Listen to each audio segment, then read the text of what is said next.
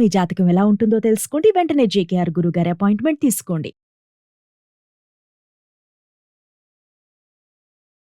నమస్కారం గురుగారు. నమస్కారం అమ్మా. వాస్తు ఇవాళ రేపు చూస్తే ఫ్లాట్స్ కానివ్వండి, చాలా వరకు ఇండిపెండెంట్ హౌసెస్ కానివ్వండి, వాస్తు ప్రకారంగానే కడుతున్నారు. అవునమ్మా. అయినా ఆర్థిక సమస్యలతో బాధపడుతున్నారు. ఎందుకు? నేటి కాలంలో వాస్తు శాస్త్రం చాలా మంది విశ్వసిస్తున్నారమ్మా. వాస్తు అనేది నమ్మిన వారికి చాలా అద్భుతం లాంటిది. అంటే వాస్తు ప్రకారం ఇంటిని నిర్మించి ఆ ఇంట్లో వీరు నివసిస్తే మరి అప్ అండ్ డౌన్స్ రావా అని చాలా మందిలో కూడా సందేహాలు ఉంటాయి. వస్తాయమ్మా.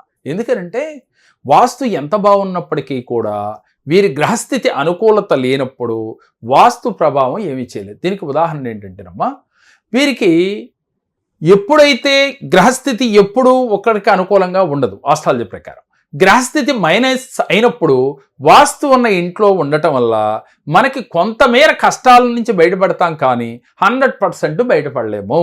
కుటుంబంలో 4-5 ఉంటారు కదా, అవును, ఓ ఫ్యామిలీ అన్నప్పుడు ఫ్యామిలీకి 4కి 4 జాతకాలు ఉంటాయి. ఎవరి జాతకం వారికి ఉంటుంది. మరి ఒకరి జాతకంలో ఒకరికి సంబంధం ఉండదు. కాకపోతే ఇంటి యజమాని జాతకం గనక బాగున్నట్లయితే, యజమాని జాతకం చాలా అద్భుతంగా ఉన్నట్లయితే మిగతా వారికి అంత కష్టాలు ఉండవు. ఎందుకని? ఆయన ధనాన్ని అర్చించేది ఆయనే కాబట్టి సంపాదించేది. మిగతా వారికి అన్ని కష్టాలు తెలియవు. చిన్న చిన్న అనారోగ్య సమస్యలు, మెంటల్ టెన్షన్స్ ఉంటాయి.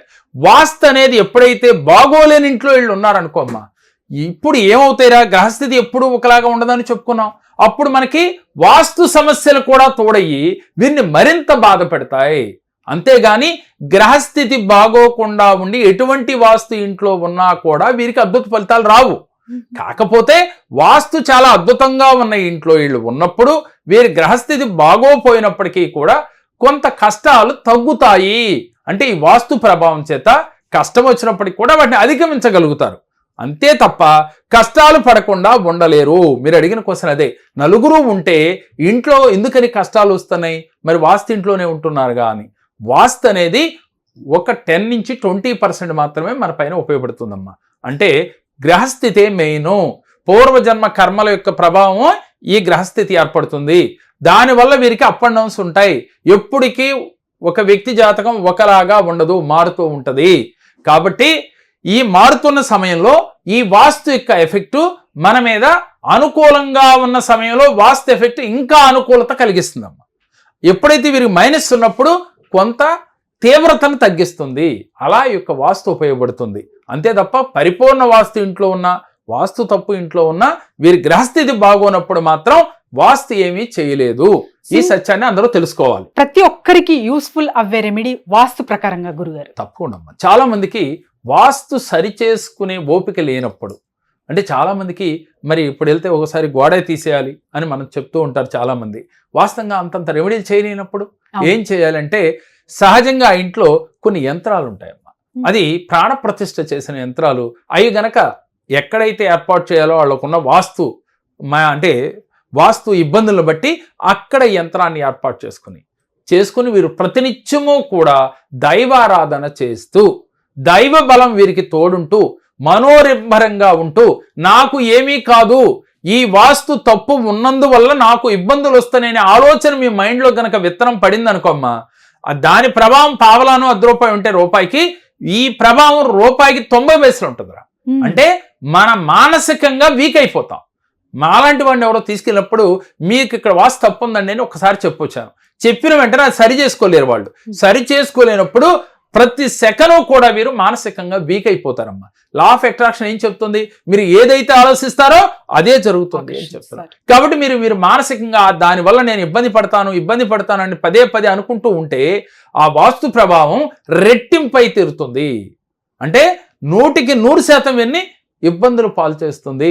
అందుకని నేనేమంటానంటే అమ్మా, వాస్తు ప్రకారం నేను ఎప్పుడైనా ఎవరి దగ్గర ఇంటికి చూడటానికి వెళ్ళినప్పుడు తప్పు ఇక్కడ ఉందని చెప్పే కన్నా దానికి చిన్న రెమెడీ చేసుకోండి, లేదు యంత్రం పెట్టండి, లేదు ఈ మంత్రం చదవండి. అంటే మంత్రం చదివితే వాస్తు దోషాలు పోతాయా అంటే, వాస్తవంగా మంత్రం చదివినంత మాత్రాన వాస్తు దోషాలు పోవమ్మా. ఈ మంత్రం చదవటం వల్ల వీరు మానసికంగా ధైర్యంగా ఉంటారు, మనోనిబ్బరం ఏర్పడుతుంది.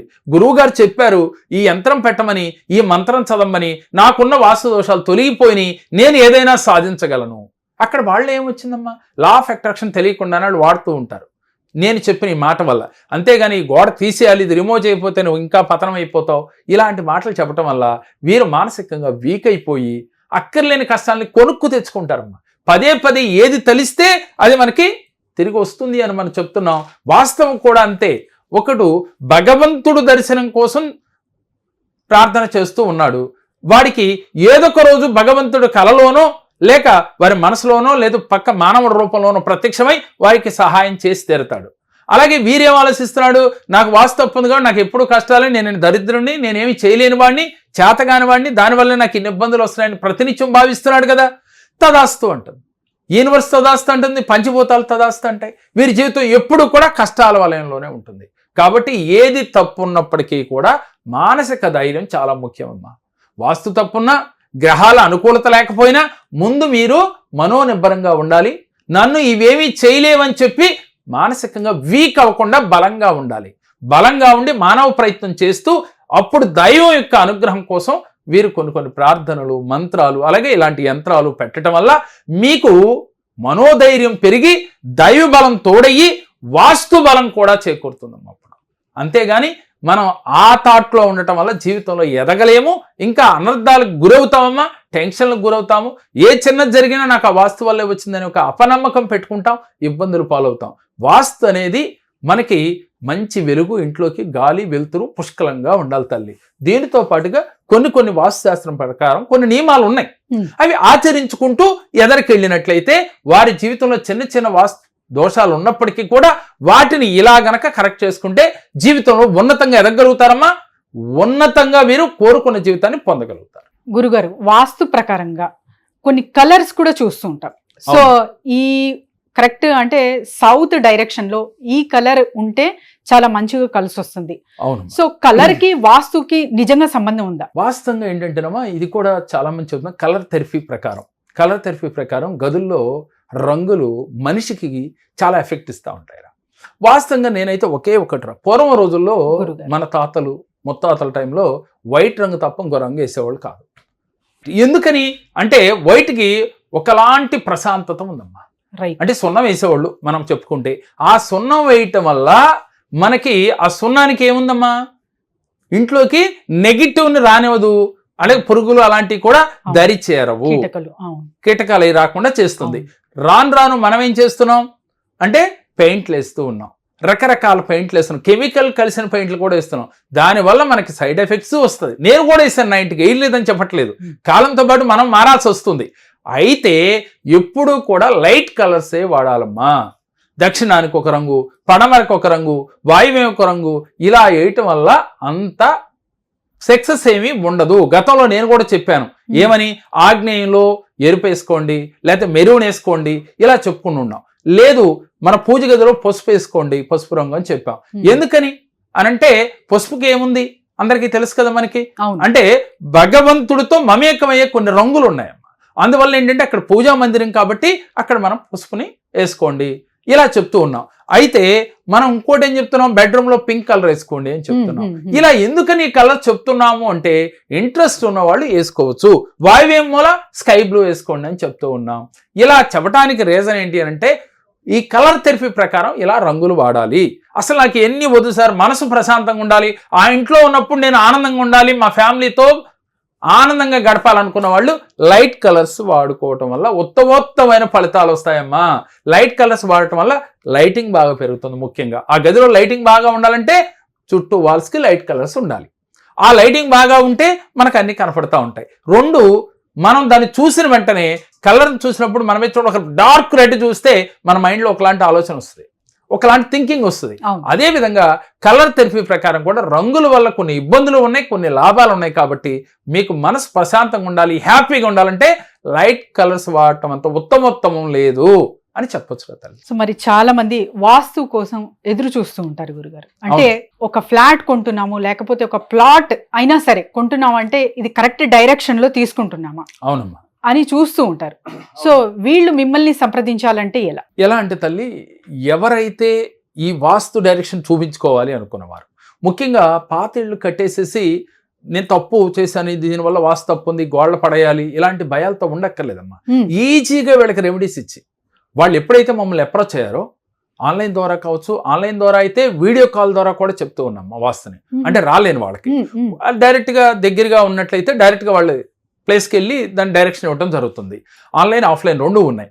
అయితే దీన్ని వాళ్ళు ఏం చేసుకోవాలంటారా, ఎటువంటిది రిమూవ్ చేయాల్సిన అవసరం లేకుండా, పాతేళ్లకి కట్టిన దాన్ని రిమూవ్ చేయకుండా ఈజీగా ఆ వాస్తు తప్పు నుంచి వీళ్ళ సమస్యల నుంచి బయటపడే యొక్క మార్గాల్ని తెలియచేసి వారిని ఫైనాన్షియల్గా కానీ మానసికంగా కానీ ఎదగటానికి దోహదపడే విధంగా రెమెడీస్ ఇస్తాంరా. ఉన్నదాన్నే పడేయకుండా దాన్ని కరెక్ట్ చేసుకునే విధానాన్ని చెప్పేదే ఈ కేరళ సంఖ్యా జ్యోతిషం. దీంట్లో ప్రత్యేకించి ఈ కేరళ వాస్తు. దీంతో పాటుగా కొత్తగా ఇళ్ళు నిర్మించుకోవాలనుకున్న వాళ్ళకి రైట్ డైరెక్షన్లో, అంటే స్టార్టింగ్ నుంచే ఎక్కడ బాత్రూమ్స్ ఉండాలి, ఎక్కడ సెప్టిక్ ట్యాంకులు ఉండాలి, ఎక్కడ కిటికీలు ఉండాలి, ఎక్కడ తలుపులు ఉండాలి, అలాగే అసలు పరిపూర్ణ వాస్తు అంటే ఏమిటి, మీ జాతకం ప్రకారం ఏ దిక్కును మీరు ఇల్లు నిర్మించాలి, ఎలా నిర్మించాలి అనేది కూడా పరిపూర్ణంగా వివరించడం జరుగుతుందమ్మా కొత్తగా నిర్మించుకున్న వారికి. పాత వారికి మాత్రం ఎటువంటి రిమూవ్ చేయకుండా, ఎటువంటి వాల్స్ కానీ ఏది కూడా రిమూవ్ చేయకుండా వారి సమస్య నుంచి బయటపడి ఈజీగా బయటపడే మార్గాన్ని తెలియజేయడం జరుగుతుంది. అందువల్ల స్క్రీన్ పైన స్క్రోల్ అవుతున్న నెంబర్లో కాల్ చేస్తే ఆఫ్లైన్ ఆన్లైన్ ద్వారా కూడా వాస్తు రెమెడీస్ ఇవ్వడం జరుగుతుంది. సో ఎవరైనా సరే సంప్రదించాలంటే కింద స్క్రోల్ అవుతున్న నంబర్కి వెంటనే కాంటాక్ట్ చేయండి. ధన్యవాదాలు. నమస్కారం. నా నమస్కారాలు. నేను అంతకుముందు నా చెడు అలవాట్లు మానుకోవడానికి చాలా కాలం పట్టింది, కానీ ఇక్కడ మన జేకే స్వామి గారి దగ్గరికి వచ్చాక నా అలవాట్లు కొంత మొత్తం మార్చుకోగలిగాను. ఆరోగ్య విషయంలోనే ఏదైనా అంతా బాగుంటుంది. ఇట్లన్నిటికీ పెద్దదానికి కారణం మన జేకే గారు అని చెప్పి నేను నమ్ముతున్నాను.